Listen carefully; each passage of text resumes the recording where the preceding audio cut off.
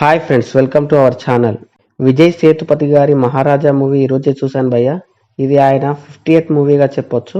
ఎప్పటికప్పుడు డిఫరెంట్ నటనతో గెటప్తో వచ్చే విజయ్ సేతుపతి గారు ఈ మూవీలో కూడా ఒక వైవిధ్యమైన రోల్లో కనిపించారని చెప్పొచ్చు. ఆయన నటన చాలా బాగుందనిపించింది.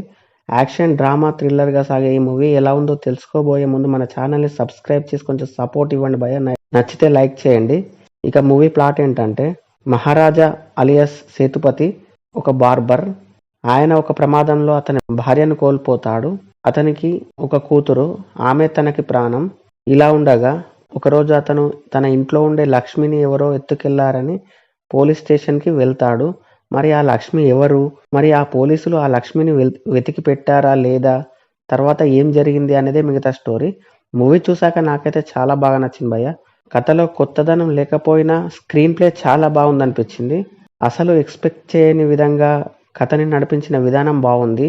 కొన్ని చోట్ల సీన్స్ అర్థం కానట్టుగా అనిపిస్తాయి. మూవీ అంతా చూసిన తర్వాత ఓహో అలాగా అనిపిస్తూ ఉంటుంది. ఇదొక్కటి తప్పితే ప్రతి సీన్ ఇంట్రెస్టింగ్ గానే సాగుతుంది. అక్కడక్కడ కొంత స్లోగా అనిపించినప్పటికీ ఎంగేజింగ్ గానే సాగుతుంది. సెకండ్ హాఫ్ లో పోలీసులు తీసుకున్న డెసిషన్ సీన్ వావ్ అనేలా అనిపించింది. క్లైమాక్స్ సూపర్ గా అనిపించింది. ఇందులో విజయ్ సేతుపతి గారికి ఎక్కువగా డైలాగులు లేనప్పటికీ ఎక్స్ప్రెషన్స్ తోనే యాక్టింగ్ వావ్ అనేలా చేశారు. మూవీ టెక్నికల్ గా బాగుందనిపించింది. బ్యాక్గ్రౌండ్ మ్యూజిక్ కూడా బాగుంది. సినిమాటోగ్రఫీ కూడా బాగుందనిపించింది. మమతా మోహన్ దాస్ గారు ఏదో పేరుకు మాత్రం ఉన్నట్టుగా కనిపిస్తారు. ఇలా అందరికందరు బాగానే చేశారని చెప్పొచ్చు.